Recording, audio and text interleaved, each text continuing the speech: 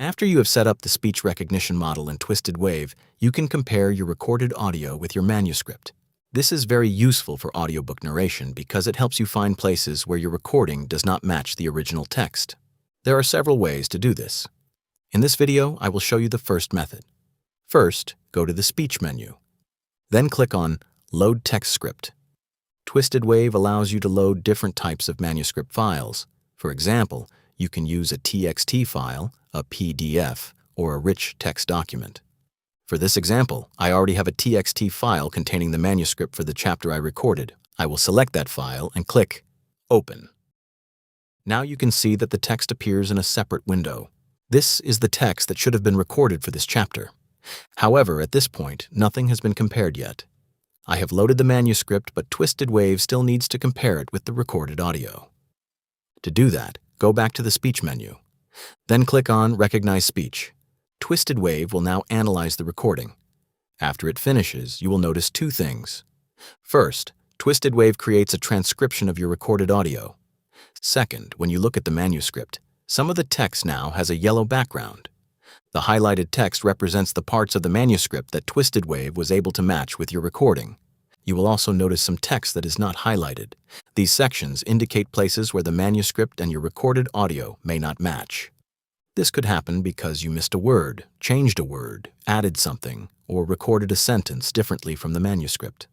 Now the question is, how do you quickly find that exact location in your recording? It is actually very simple. Find one of the sections that is not highlighted. Then click on the text immediately before or after that section.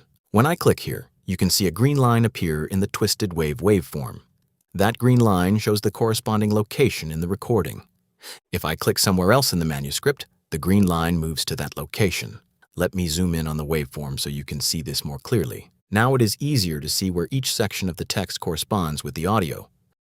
One thing you may notice is that when I click inside the main TwistedWave window, the manuscript window disappears behind it.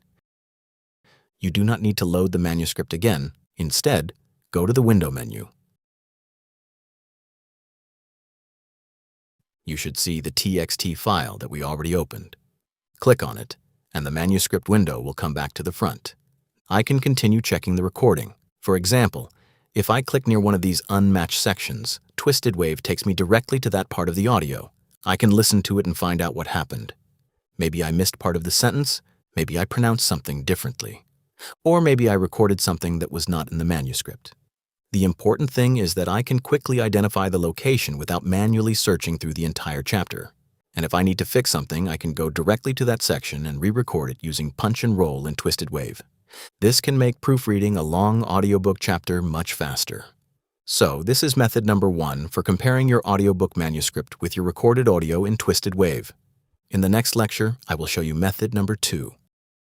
If you are watching this video on YouTube, this lesson is taken from my complete TwistedWave course for audiobook narration.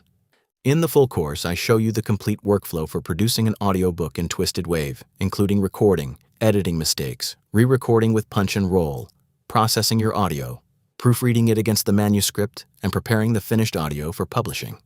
If you want to access the complete course, you can find the link in the description.